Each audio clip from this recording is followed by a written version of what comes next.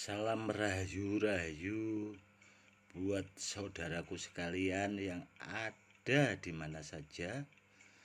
Buat saudaraku yang ada di mana saja, semoga diberi kesehatan selalu, dimudahkan rezekinya, dimudahkan urusannya ya saudaraku. Semoga hidupnya selalu bahagia. Oke saudaraku, ketemu lagi bersama saya Gus Edi, dan kali ini saya akan memberikan edukasi tentang benda-benda bertuah saudaraku. Karena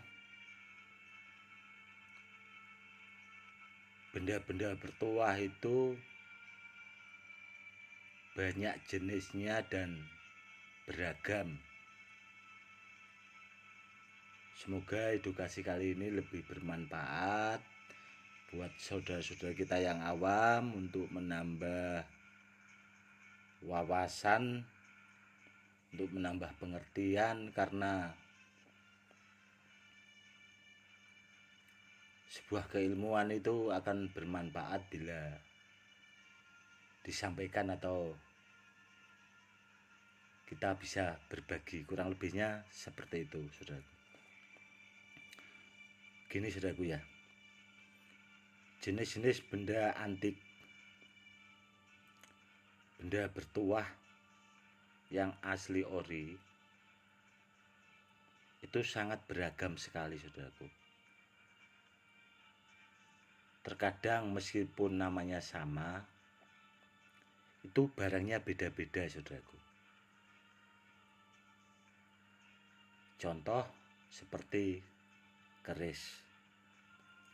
Keris yang benar-benar sepuh saudaraku, itu kerisnya ribuan. Dan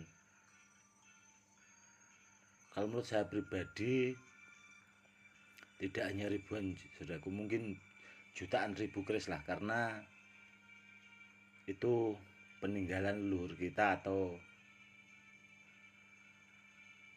bagian dari budaya. Karena benda-benda bersejarah seperti keris itu,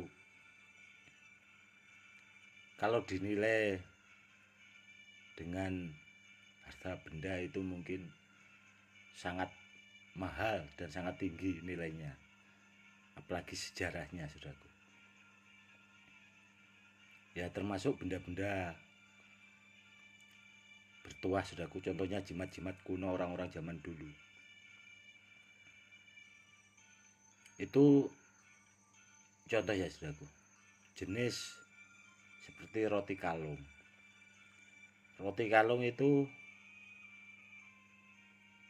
yang barang asli ori ya saudaraku. Itu namanya sama, cuma barangnya beda-beda saudaraku. Dan ada juga yang sebagian itu ada kemiripan lah. Mungkin yang membedakan itu barangnya antara besar kecilnya, atau dari perwujudannya saudaraku. Seperti itu. Yaitu tadi contohnya keris. Keris itu kan ada yang lurus, ada yang lo. Itu banyak sekali. Dan kalau keris itu memang dibikin di eranya saudaraku. Seperti contoh Majapahit itu ya memang ada ciri khasnya besi dari era Majapahit itu sendiri. Jadi tergantung eranya. Tapi kalau benda-benda antik seperti jimat itu saudaraku, itu tidak bisa istilahnya apa ya, kita pelajari langsung dari barangnya itu. Bahasanya kita tangguh itu sebagian memang apa ya, kita juga belum bisa menangguhkan lah bahasanya kalau ditangguhkan. Ada juga yang memang era-eranya itu seperti Mojopahit, Singosari. Ada juga yang mungkin sebelum itu, saudaraku.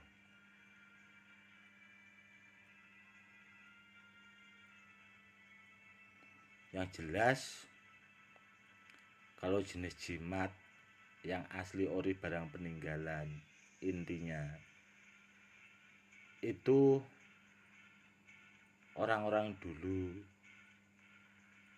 itu rata-rata kan turun temurun, itu niatnya untuk kebaikan manusia itu sendiri atau anak cucunya, saudara, atau orang-orang yang bisa memilikinya, seperti itu.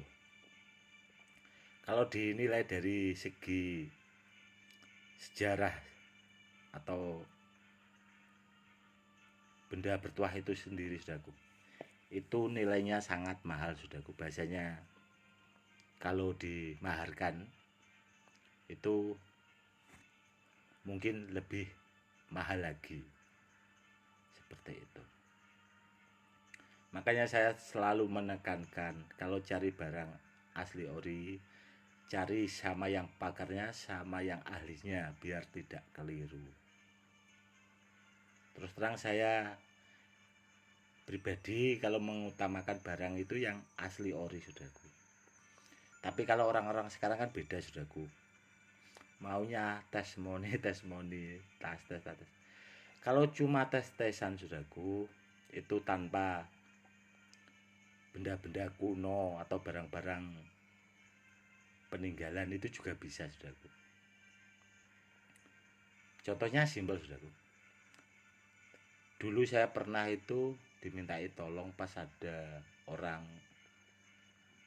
itu punya hajat, istilahnya pesta lah, orang punya gawe kalau orang Jawa bilang bahasanya. Itu acara hajatan orang nikah, saudaraku. Waktu itu pas musim hujan, dan saya dimintai tolong supaya apa ya, tidak hujan lah bahasanya, agar acaranya itu rame. Dan waktu itu saya mengambil daun, saudaraku. Daun itu saya ambil, saya doakan, saya minta sama Allah agar supaya hujannya itu tidak jatuh. Dan alhamdulillahnya itu terang, jadi tidak ada hujan meskipun itu waktu itu musim hujan. Kalau di logika, saudaraku, kalau ditanya soal testimoni, itu tanpa menggunakan barang kuno juga bisa.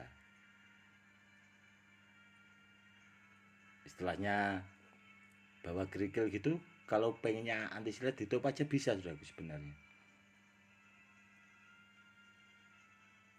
Kalau orang carinya tes-tesan seperti kayak anti silet dan sebagainya, itu tanpa menggunakan benda kuno bisa. Kenapa kok saya selalu menyarankan? Karena itu, saudaraku, kalau barang kuno itu memang sudah bagus lah bahasanya. Dari segi bahan, tuahnya itu memang bahannya itu sudah bertuah, saudaraku. Contoh itu tadi seperti besi kuning, roti kalong yang asli ori, seperti merah delima dan sebagainya. Pokoknya jenis jimat yang benar-benar asli peninggalan barang kuno itu yang jelas bagus. Intinya seperti itu. Makanya saya sering sekali menyarankan buat saudara-saudara kita yang awam itu, kalau pengen barang carilah sama yang pakarnya, yang ahlinya ya. Karena itu, saudaraku. Ya semoga edukasi kali ini lebih bermanfaat ya, saudaraku, buat saudara-saudara kita yang awam, untuk menambah wawasan. Jadi seperti itu. Kalau barang kuno itu punya kelebihan tersendiri. Zaman dulu memang dibawa orang-orang dulu itu untuk kebaikan si pemiliknya itu sendirilah bahasanya, untuk sarana media, kurang lebihnya seperti itu. Kalau cuma cari tes-tesan tanpa barang kuno bisa, saudaraku. Tapi kan ya hasilnya pasti lebih baik barang yang asli ori itu tadi. Begitu loh. Ya semoga paham ya saudaraku. Dan jenis-jenis benda-benda kuno itu yang jenis jimat ya saudaraku, itu banyak sekali jenisnya, beragam. Sedangkan roti kalung aja itu beda-beda, besi kuning juga beda-beda. Cuman yang penting yaitu tadi saudaraku, barangnya asli ori. Semoga kedepannya saya akan memberikan edukasi yang lebih ya saudaraku, agar apa ya bahasanya, lebih paham lagi saudara-saudara kita yang awam, untuk menambah wawasan, untuk menambah pengertian seperti itu.